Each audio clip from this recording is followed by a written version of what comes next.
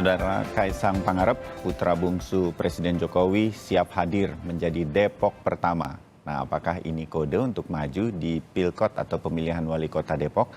Atau pernyataan ini bukan merujuk pada pilkada?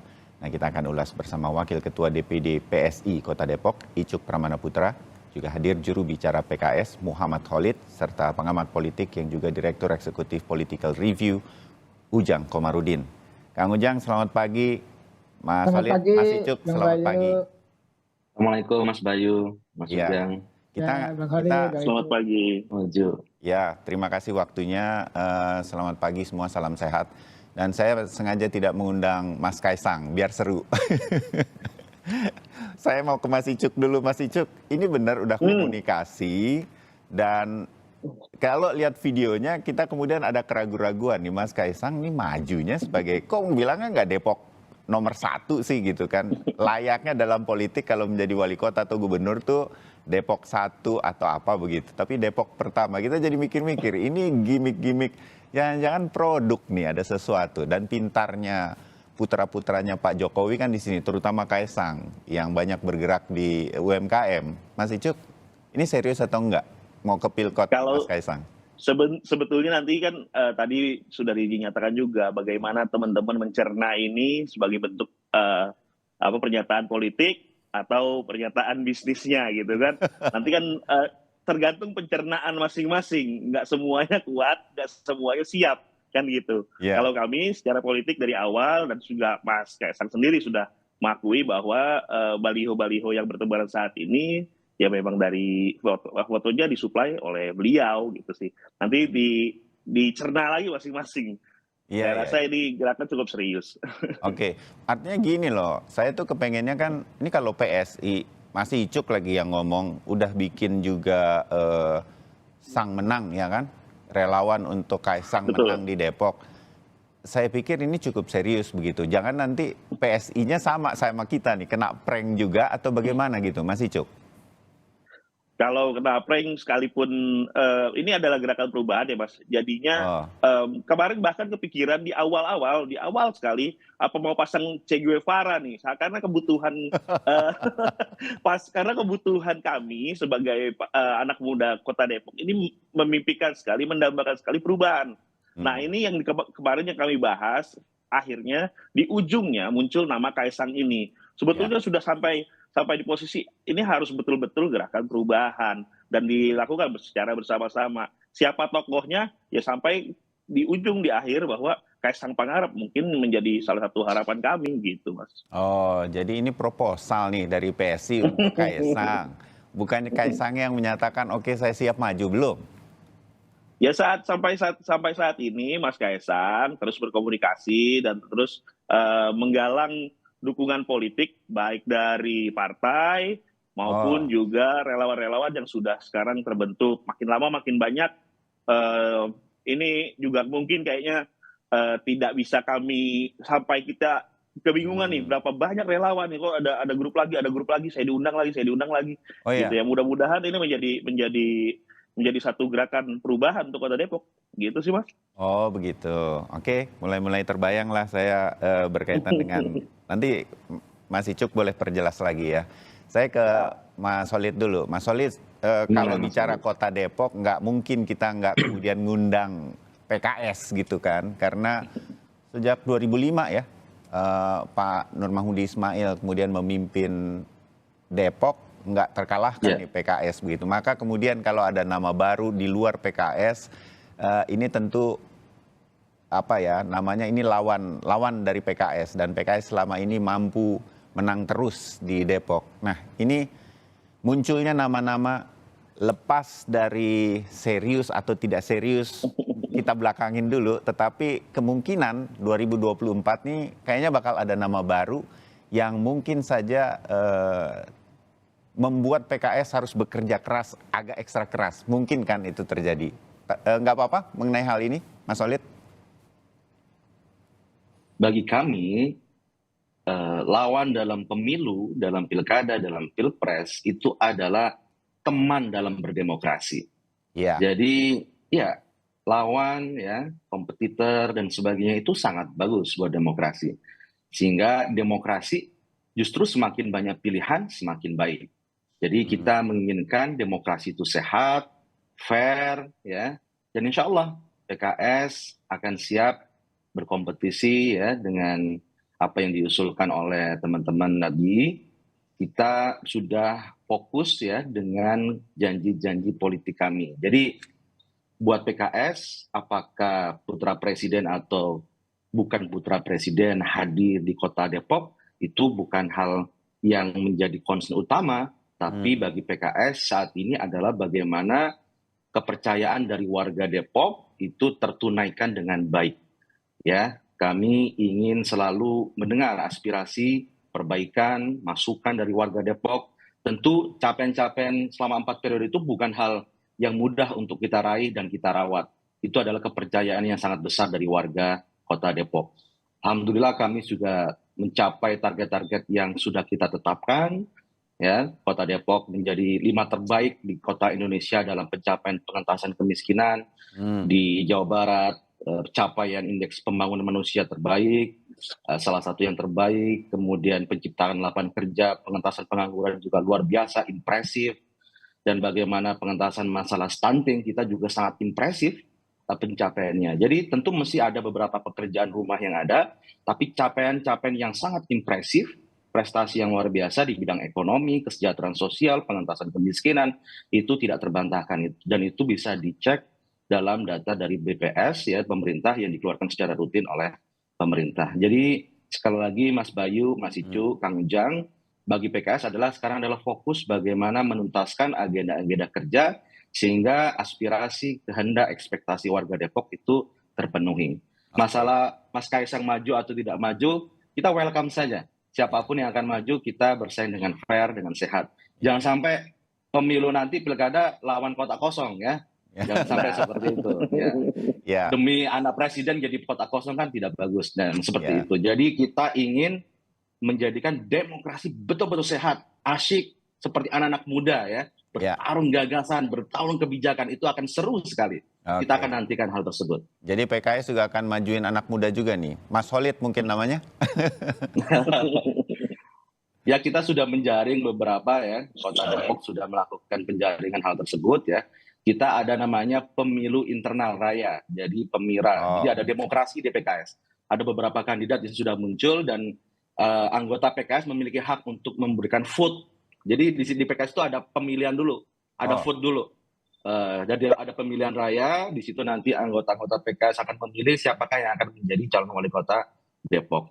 Jadi siapapun memiliki hak untuk dipilih dan maju di kader-kader PKS di sana. Seperti itu Mas Bayu. Ya, menarik. Depok ini akan menarik tampaknya, mudah-mudahan. Kang Ujang, ini juga orang Depok nih, namanya aja udah Ujang ya kan, masih bagian dari Depok, Bogor, dan Jawa Barat. Kang, apa yang Anda lihat dari, lepas dari sekali lagi kita masih menunggu kepastian, sebenarnya Kaisang Pangarep ini akan benar-benar maju nggak jadi orang nomor 1 di Depok, jadi wali kota? Harapan saya sih serius saja begitu, sehingga kemudian pilkada di Depok tahun ini nih 2024 nih akan menarik begitu, melawan petahananya yang juga nggak bisa terbantahkan sih, sangat kuat di Depok. Saya tahu persis itu. Nah, Kang Ujang, apa yang Anda lihat dari fenomena ini kemudian? Yang pertama tentu tadi ada pernyataan Mas Kaisang, 3 hal yang saya catat. Pertama, sudah mendapatkan izin keluarga. Kan itu titik poin. Yang kedua, siap hadir menjadi Depok pertama. Walaupun tadi masih bias katanya apakah menjadi wali kota atau promosi, saya sih menyikapinya ya kelihatannya serius. Yang ketiga tadi ya foto-foto disupport dari Kaisang. Nah, saya melihat dari ketiga poin ini ya mengatakan bahwa sesungguhnya Kaisang dan PSI serius dalam konteks untuk mendukung ya Kaisang menjadi calon wali kota Depok. Cuma memang begini Bang Bayu, kalau misalkan tidak jadi, lalu tidak serius, maka mohon maaf Kaisang dan keluarganya akan dicap sebagai tanda petik ya, sebagai politisi yang mohon maaf suka berbohong dong. Ya katanya siap maju, katanya siap hadir menjadi Depok pertama, tahu-tahu nggak maju. Ini juga pembelajaran yang tidak bagus kalau itu terjadi. Oleh karena itu tadi alangkah menariknya ya jika kontestan Pilkada Depok di November 2024 yang menghadirkan Kaesang tidak masalah. Tadi juga menghadirkan calon petahana terbaik dari PKS. Justru inilah yang membuat Depok menjadi punya dinamikanya sendiri yang akan menjadi rujukan atau referensi bagi daerah-daerah yang lain. Kenapa Kaesang perlu maju? Pertama, dia anak muda. Ya oleh karena itu saya melihat kenapa ini anak muda penting, walaupun terlepas pengalamannya ada tidak atau tidak ada, itu menjadi penting. Yang kedua, yaitu anak presiden. Selama ini anak presiden itu selalu menang. Kalau Pak Jokowinya masih menjadi presiden, katakanlah Gibran di Solo menang, lalu Pak Bobi di Medan menang. Nah yang menarik di Depok ini ketika nanti pilkada diselenggarakan, dilaksanakan di November 2024, Pak Jokowi iya sudah tidak jadi presiden lagi karena sudah selesai per 20 Oktober. Saya sering mengatakan ke teman-teman. Halo Kang Ujang. Halo Kang Ujang. Oh, tampaknya suara dari Kang Ujang bisa diulang sedikit? Ya bisa melenggang untuk bisa menjadi wali kota. Tetapi ketika misalkan yang terpilih nanti presiden barunya adalah pihak oposisi, katakanlah kalau Anies maju, Anies yang menang, ini juga akan berbeda.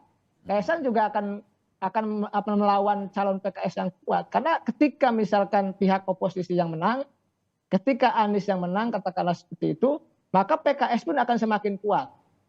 Berbeda kalau misalkan presidennya yang menang adalah figur atau calon yang didukung oleh Pak Jokowi. Itu kemungkinan Kaesang akan sedikit melenggang dalam konteks pertarungan nanti. Jadi catatan penting itu di situ.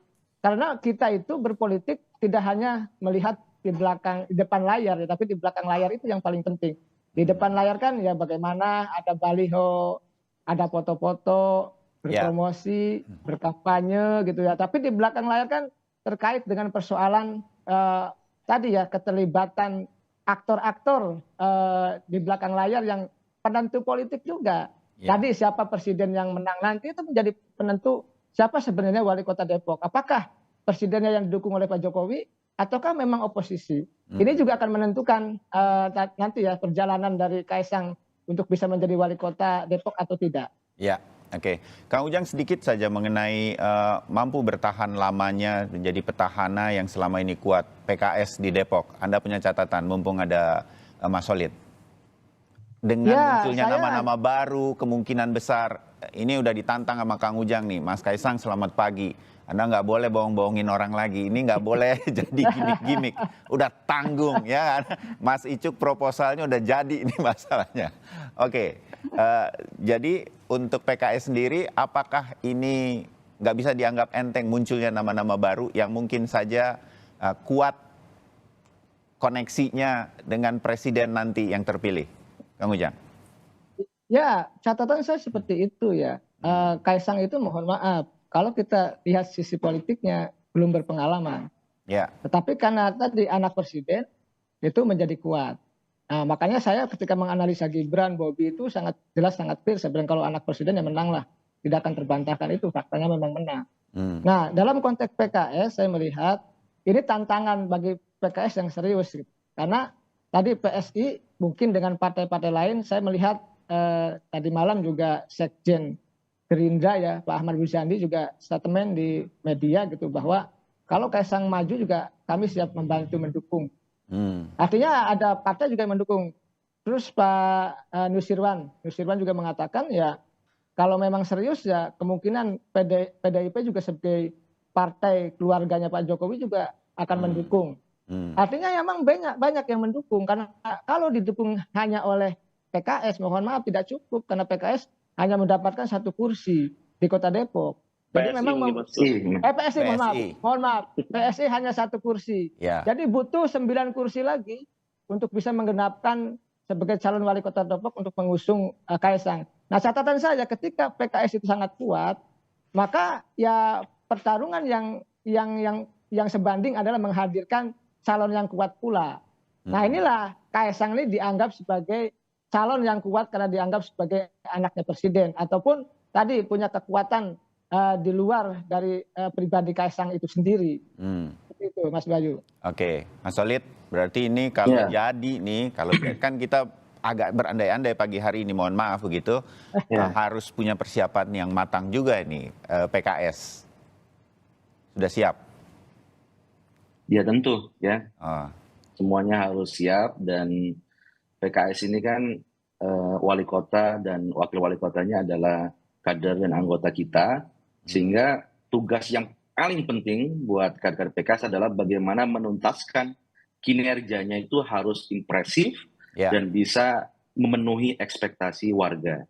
Dan itu yang menjadi challenge atau tantangan bagi kami. Sehingga apakah nanti Mas Kaisang jadi maju atau tidak, itu bukan menjadi sebuah variabel yang sangat penting, tapi bagi PKS adalah bagaimana menuntaskan agenda-agenda perbaikan, agenda pembangunan di Kota Depok. Karena itulah ujian dari seorang petahana. Ketika petahana itu bisa memimpin dengan baik, memiliki legacy yang bagus, maka rakyat akan merasakan hal tersebut. Dan insya Allah pengalaman 4 periode kami berjuang memimpin Kota Depok itu memberikan sebuah pelajaran yang sangat berharga. Bagaimana kerja-kerja itu harus dirasakan secara langsung, bukan hanya secara pencitraan, tapi dirasakan secara langsung oleh masyarakat. Tentu kami sangat terbuka dengan masukan-masukan warga, pekerjaan-pekerjaan rumah yang masih ada. Tentu kami juga akan terus melakukan perbaikan-perbaikan, dan capaian-capaian yang kita lakukan juga tidak mudah gitu ya. Banyak hal-hal yang bisa kita sampaikan di kinerja-kinerja kepemimpinan PKS yang bisa diakui secara empiris, secara luas oleh masyarakat dan bahkan oleh pemerintah pusat. Dan capaian-capaian inilah yang ingin terus kita tingkatkan. Misal pengentasan kemiskinan kita masuk 5 besar. Maka di target berikutnya kita, Kota Depok, ingin menjadi yang pertama terbaik di Indonesia dalam pengentasan kemiskinan. Saat ini kita masuk di 5 besar. Dan bagaimana IPM juga sama, pengentasan pengangguran juga sama. Karena disinilah masalah ekonomi, harga-harga kebutuhan pokok, lapangan pekerjaan, kewirausahaan, kemudian bagaimana mengentaskan masalah stunting, kesehatan. Karena itulah real. Kita kalau sudah masuk dalam politik how to govern, bagaimana mengelola pemerintahan, itu sudah masuk ke wilayah real, Mas Bayu. Karena bagaimana warga itu makan, warga itu dapat kerja, yang miskin itu bisa sekolah, dapat beasiswa, sejahtera, dan sebagainya itu. Dan itulah tantangan yang utama dari seorang petahana. Dan insya Allah ketika capaian itu sudah kita lakukan dengan baik, kami akan confidence, aspirasi, ekspektasi, dan harapan rakyat warga Depok akan disampaikan, akan dititipkan kembali kepada kader-kader kita. Mas Icuk, sedikit saja. Saya kembali ke keseriusan dari Kaisang ini untuk maju. Sudah sampai sejauh mana komunikasinya? Tadi catatan menarik dari Kang Ujang, kalau ini gimmick, harus jadi gimmick yang serius gitu, nggak boleh batal nih, karena akan jadi catatan buat Mas Kaisangnya sendiri. Mas Icuk, Anda dengan PSI di Depok setuju dong dengan ulasannya Kang Ujang tadi? Setuju, kami juga sudah menyiapkan. Tadi kami juga kemarin kami menyiapkan relawan lagi untuk membentuk simpul-simpul di 11 kecamatan Kota Depok. Jadi mudah-mudahan saat Mas Kaisang turun sudah siap tuh teman-teman untuk mendampingi beliau gitu. Kalau tadi belum ada pengalaman politik, ya ini teman-teman di 11 kecamatan ini akan berkontribusi memberikan masukan dan arahan apa saja yang masih kurang selama kepemimpinan teman-teman PKS gitu. Mungkin kan bisa di-share juga gitu kan. Baik. Saya akan lanjutkan di bagian kedua berkaitan dengan Pilkada di Depok, dengan adanya kemungkinan Kaisang masuk, tapi kita pengen tahu partainya mana. PSI pasti menjadi salah satu pendukungnya, dan bagaimana apa yang kemudian harus diperhatikan oleh PKS sebagai petahana terkuat di Depok sampai selama ini. Nah, nanti Kang Ujang juga punya ulasannya. Kami segera kembali untuk bagian kedua. Saudara, kami lanjutkan perbincangan kita berkaitan dengan akan majukah Kaisang Pangarep di pemilihan wali kota Depok pada 2024 mendatang. Masih ada Icuk Pramana Putra. Saya menyebutnya biar mudah jubir PSI. Sebetulnya juga wakil ketua DPD PSI di Depok, Muhammad Khalid, jubir PKS, dan Ujang Komarudin, analis politik. Kang Ujang, kalau tadi ini saya mau sedikit bicara mengenai Depok. Selamat pagi lah warga Depok dan sekitarnya gitu. Karena Kang Ujang juga orang Depok, saya tahu. Jadi Kan selama ini PKS sudah menguasai Kota Depok. Catatan-catatannya impresif tadi disebutkan oleh Mas Solid begitu. Kang Ujang sendiri Anda melihat ini akan menjadi penting dengan hadirnya karakter tokoh muda, pembaruan. Ini juga menjadi salah satu gebrakan di dalam sebuah pilkada kan. Nah hal semacam ini mana yang akan dilihat oleh warga Depok terutama ketika nanti pilkada ini. Hampir nggak pernah kayaknya ada nama-nama yang begitu terdengar, nama-nama yang begitu highlight begitu. Kaisang menjadi salah satu warna nih menurut saya. Kalau dia betul-betul serius, Mas Kaisang harus serius ini. Saya bolak-balik nih dari tadi menyampaikan ujaran dari Kang Ujang begitu. Nah Anda melihatnya ini akan menjadi perhatiankah prestasi dan kemudian tokoh muda pembaruan walaupun wali kota di setiap tempat pasti juga punya catatan lebih dan kurang itu pasti. Kang Ujang. Ya kan begini, di politik itu ibaratnya Kaisang katakanlah dengan ya calon PKS nanti, ya itu kan seperti bejana yang berbeda. Ya. Jadi katakanlah kalau Kaisang bejana A, PKS ya atau kandidat dari PKS nanti siapapun yang diusung itu bejana B gitu. Nah ini menentukan, artinya ketika misalkan PKS atau calon dari PKS itu bejana B tadi itu berprestasi bagus ya, dianggap sukses dalam memimpin Depok, maka peluang untuk bisa menang juga tinggi. Ya. Gitu. Begitu juga sebaliknya, kalau sekarang atau incumbent ya yang gagal ya atau dianggap gagal, mohon maaf, dianggap tidak berprestasi, dianggap tidak sukses, mengecewakan masyarakat Depok begitu. Nah ini akan menjadi peluang bagi Kaisang dengan bejana yang lain tadi atau bejana B saya sebutkan. Jadi tergantung peluangnya itu tergantung apakah memang PKS mampu menghadirkan prestasi-prestasi yang membanggakan sehingga warga Depok itu masih simpatik kepada PKS. Nah kalau itu tidak bisa diraih, kalau itu tidak bisa didapatkan ya maka kemungkinan yang hadir yang ada adalah yang kecewa. Nah kekecewaan itu ya kemungkinan besar akan pindah ke bejana B gitu loh. Bejana A, mohon maaf, bejana A yaitu Kaisang ataupun ke kandidat yang lain.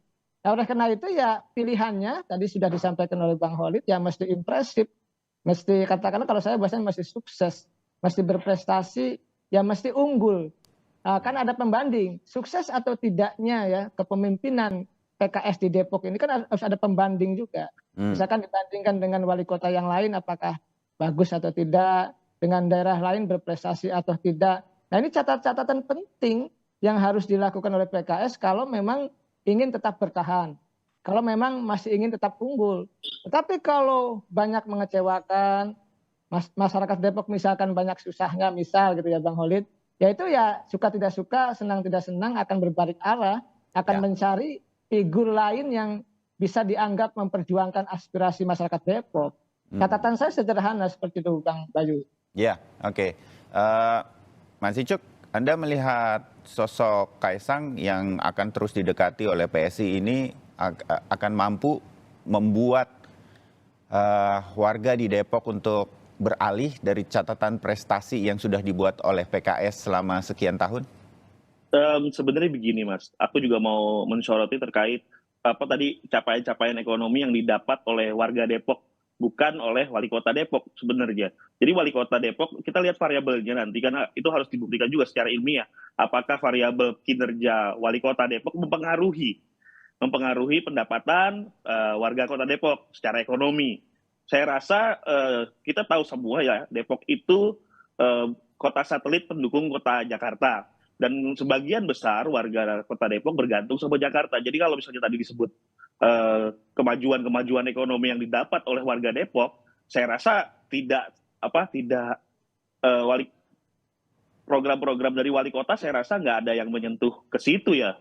Walaupun dia memang itu menjadi capaian, menjadi suatu prestasi, tapi bukan untuk wali kota aja, tapi warganya mencari bagaimana untuk menghidupi dirinya sendiri. Kita boleh mungkin nanti buka data berapa kesempatan kerja yang dihasilkan oleh teman-teman di kota Depok dan teman-teman yang kerja memang sebagai komuter di Jakarta kan itu kita lihat tahu sendiri lah ya, di Depok tuh mayoritas warganya bekerja di luar kota Depok kan seperti itu. Jadi kalau tadi dibilang itu adalah suatu prestasi, harusnya jadi catatan deh kayaknya malahan.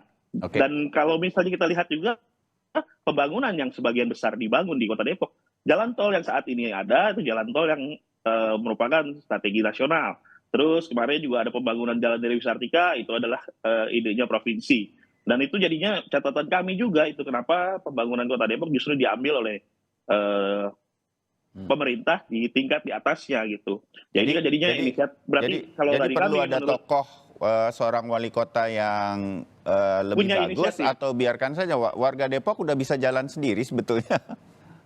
Ya selama ini kekurangannya hanya inisiatif dan mungkin komunikasi ke bawah jadi kurang gitu. Mungkin itu yang harus menjadi catatan kepada teman-teman PKS.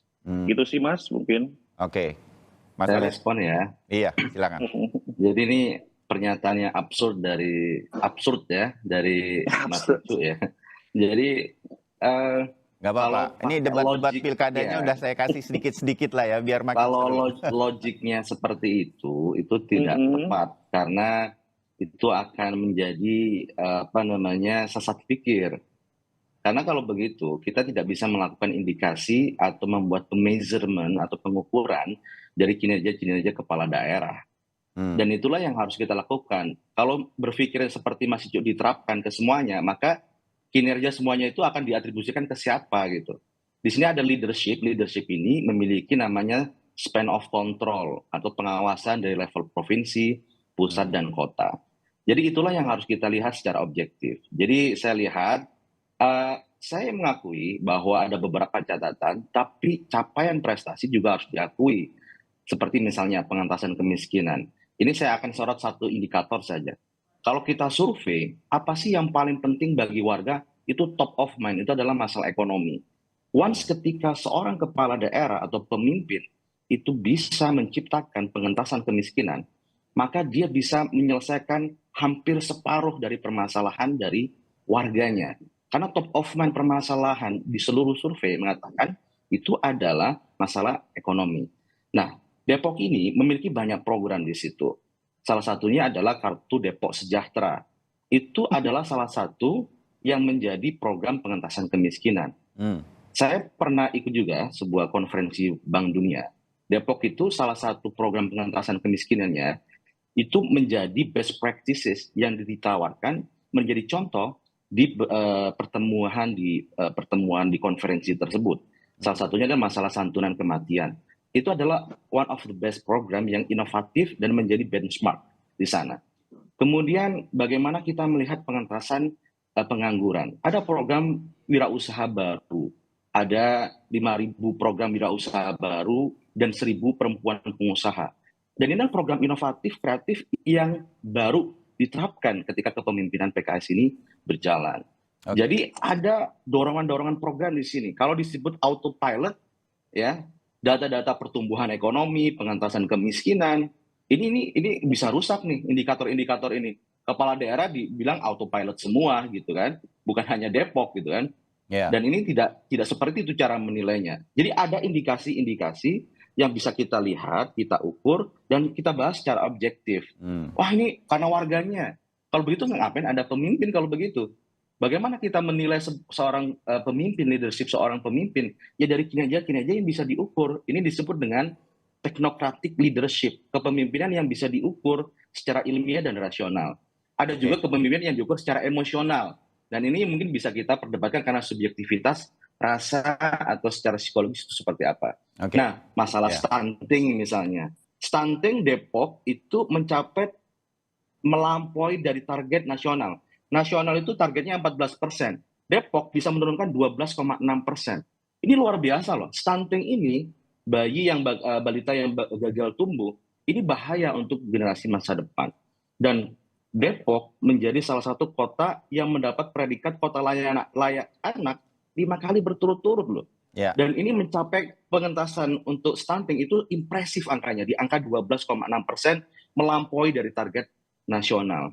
Jadi hal-hal sepanjang ini itu faktual, datanya bisa kita cek dan kita ukur. Dia yang mengeluarkan adalah Presiden Joko Widodo, pemerintahannya, pemerintah pusat ini, Ya. Mas Icu. Bukan Depok yang mengeluarkan. Oke, Ini BPS, Mas Icuk, ini data dari pemerintah pusat. saya mencatat Tadi- catatan-catatan tadi kan Mas Icuk. Ya. Saya kembali lagi nih, siapapun yang diusung oleh PSI untuk melakukan perubahan-perubahan, kan harus berhadapan dengan data-data tersebut.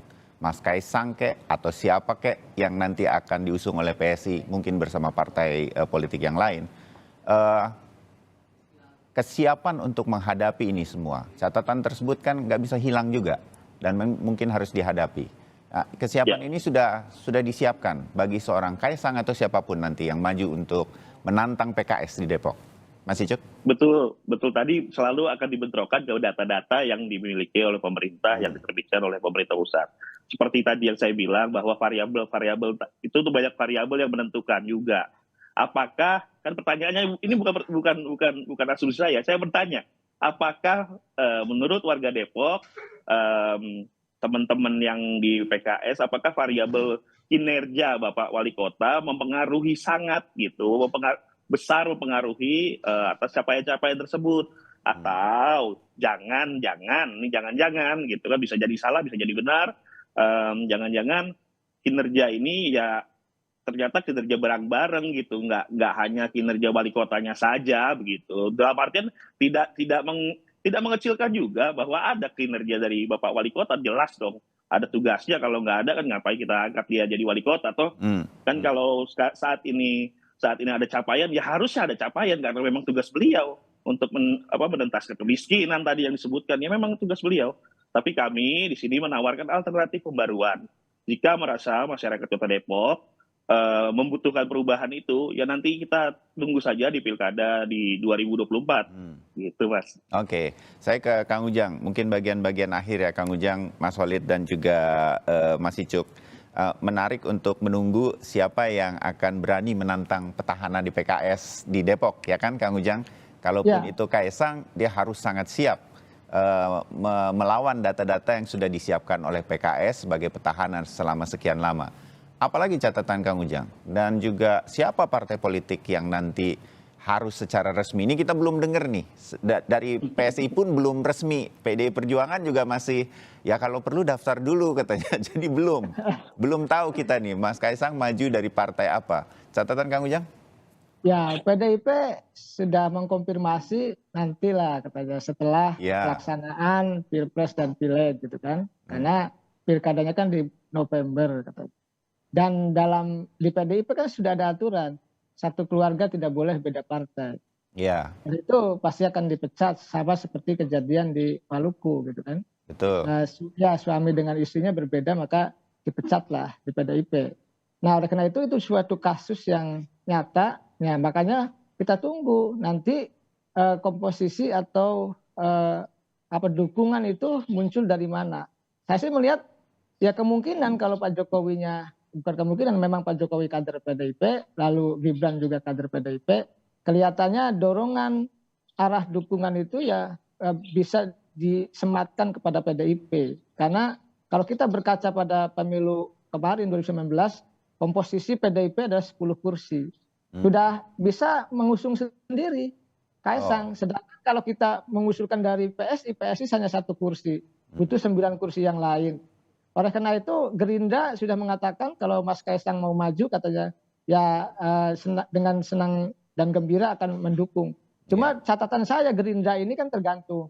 Kalau Pak Prabowo-nya maju lalu berhadapan misalkan dengan Ganjar, sedangkan Pak Jokowinya ada di pihak Ganjar, ini kan menjadi persoalan sendiri. Iya, tapi PKS sudah sering dikeroyok berapa kursi di DPRD, tapi menang terus. yang terakhir cuma 17 kursi, 2 atau 3 kali lipat, tapi berhasil menang juga, Kang Ujang. Ya, nanti juga kan ada pergeseran dalam konteks politik. Ya kan, sekarang eranya juga era anak muda. Oleh karena itu kemunculan Kaisang ini juga tidak bisa dianggap remeh. Dan ini juga harus dianggap sebagai calon yang kuat. Intinya siapapun yang maju, Kaisang apapun yang lain, itu harus menjadi lawan yang berat bagi PKS. Karena sekali lengah ya kemungkinan bisa kalah. Oleh karena itu saya masih ingat itu bagaimana perdebatan PKS terakhir kali ya Bang Holid berdebat ingin mengusung wali kotanya ataukah ya, wakil wali kotanya yang saat ini begitu. Itu sangat lama itu menentukan siapa yang akan diusung. Akhirnya ke wali kotanya yang sekarang. Nah, artinya di PKS sendiri juga punya tantangan sendiri, baik konteks di internal maupun dalam konteks nanti melawan katakanlah Kaisang ataupun kandidat lain yang dianggap kuat nanti. Nah, catatan saya ya semuanya berbalik kepada masyarakat Depok. Kan ada dua ya. Ya di kita ini apa namanya ada kandidat itu sebagai bintang ya katakanlah PKS maupun Kaisang atau yang lain-lain. Lalu juga ada penentu yaitu pemilih. Iya. Warga Depok ya penentunya ini pemilihnya warga Depok. Tadi tingkat kesukaan warga Depok itu juga menentukan. Tingkat prestasi wali kota Depok juga menentukan. Nah, lalu tingkat apa ya strategi katakanlah ya tingkat kecerdasan dan tingkat apa kalau saya katakan ya kedekatan ya kalau saya katakan kedekatan Kaisang nanti juga dengan warga Depok juga menentukan.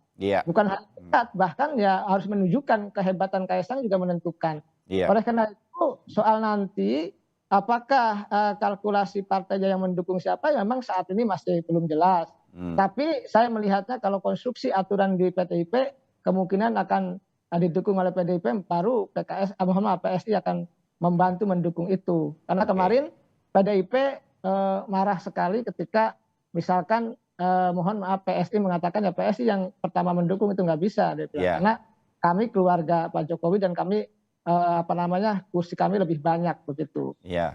Oke, menarik melihat Depok dengan munculnya baliho-baliho dari PSI untuk Kaisang. Jadi kita lihat nanti petahana sedikit PKS. Komentar saya. Ya, boleh singkat sedikit saya kehabisan waktu, Mas Solid. Ya, anak muda sangat penting dalam kepemimpinan. Ya. Tapi anak muda yang memiliki rekam jejak bukan hanya sekedar privilege karena dia anak seorang presiden. Ya, oke. Dan saya berharap anak muda akan membuat Pilkada Depok kali ini ramai-ramai orang datang ke bilik suara. Itu yang harapan saya, Kang Ujang juga pasti bersama PKS dan juga PSI. Demokrasi kita harus muncul orang-orang muda dengan track record dan keseriusan. Jadi Mas Kaisang harus serius nih majunya. Terima kasih untuk obrolannya. Kang Ujang, Mas Solid, dan juga Mas Icuk. Sampai ketemu. Terima kasih Mas Bayu, Kang Ujang, Mas Icuk. Sehat-sehat semua. Thank you, Mas Ujang.